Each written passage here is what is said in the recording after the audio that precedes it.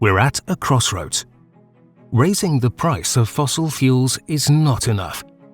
Fossil-free alternatives must also exist. Soon, the LULUCF regulation enters its second phase.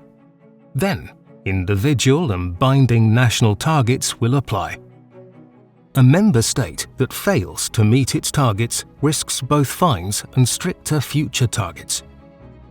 We need an updated forest policy that recognizes the full role of forestry in climate action. Policies that are not solely focused on the carbon sink, but on balancing climate impact, biodiversity, and active forest management.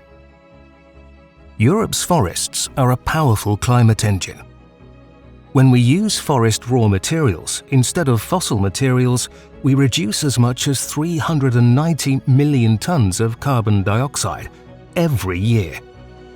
Still, political targets focus almost exclusively on increasing the carbon sink, which reduces the supply of products from the forest.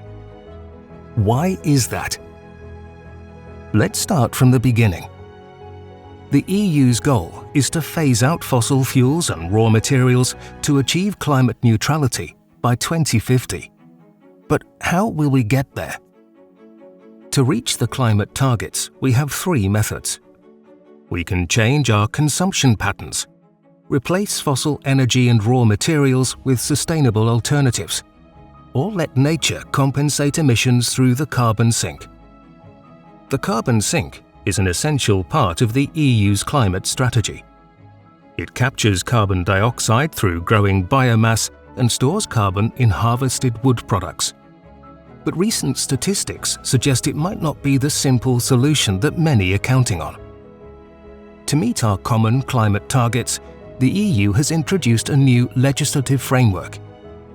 The so-called climate architecture consists of three main parts: ETS, the emissions trading system covering large industries and accounting for about 40% of total emissions.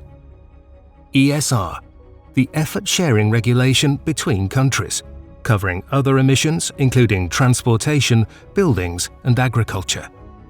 LULUCF, which includes emissions and absorption of greenhouse gases from land use change and forestry.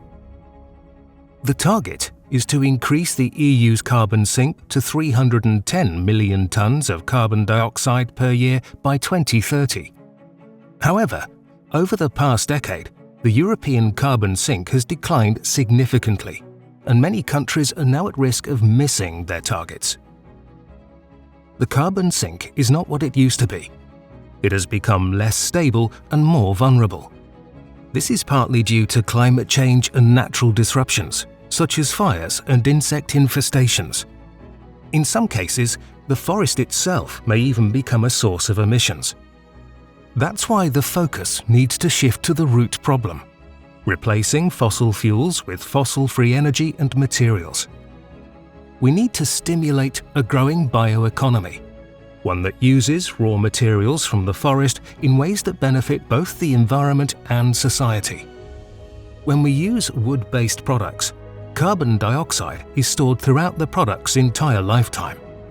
So, building with wood is not only beautiful, it is also good for the climate. But for that, we need enough timber. If we only focus on preserving the carbon sink, we risk reducing the supply of wood materials. And that powerful climate engine will start to stall.